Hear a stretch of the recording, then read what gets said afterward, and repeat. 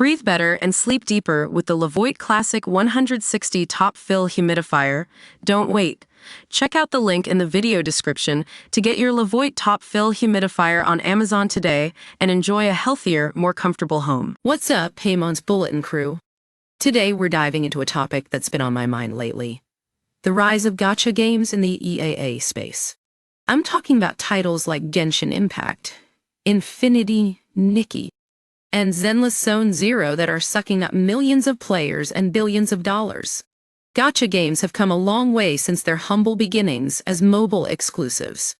They've evolved into full-fledged AA experiences with stunning visuals, engaging gameplay, and, let's just say, some questionable monetization practices.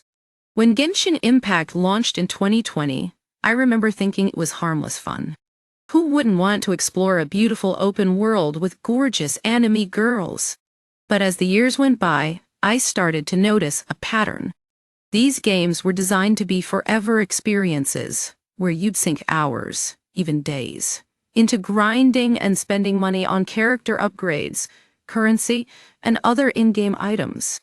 And that's exactly what they did. First Descendant, Infinity Nikki, Zenless Zone Zero. The list goes on. Now, I'm not saying gacha games are inherently bad. In fact, I think there's a place for them in the gaming world, as long as they're implemented fairly and don't compromise the core gameplay loop. But what concerns me is that most of these games exist solely to take money from players. They're designed to be frustrating or grindy, with confusing currency systems and endless flash deals. And let's talk about ratings for a second.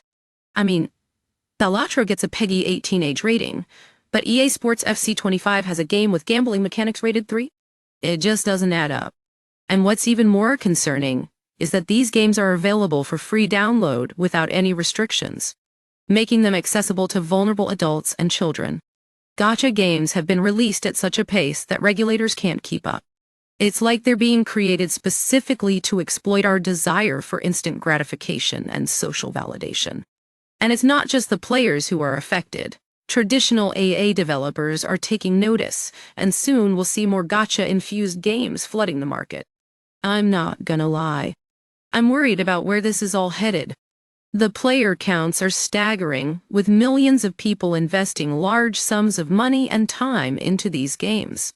It's like they're mindlessly scrolling through their feeds waiting for the next big drop or update.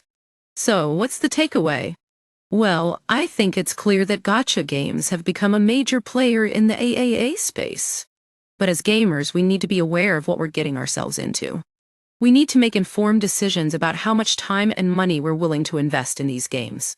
So, Paymon's Bulletin crew.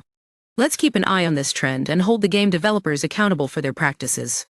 We deserve better than a never-ending cycle of grind and spend.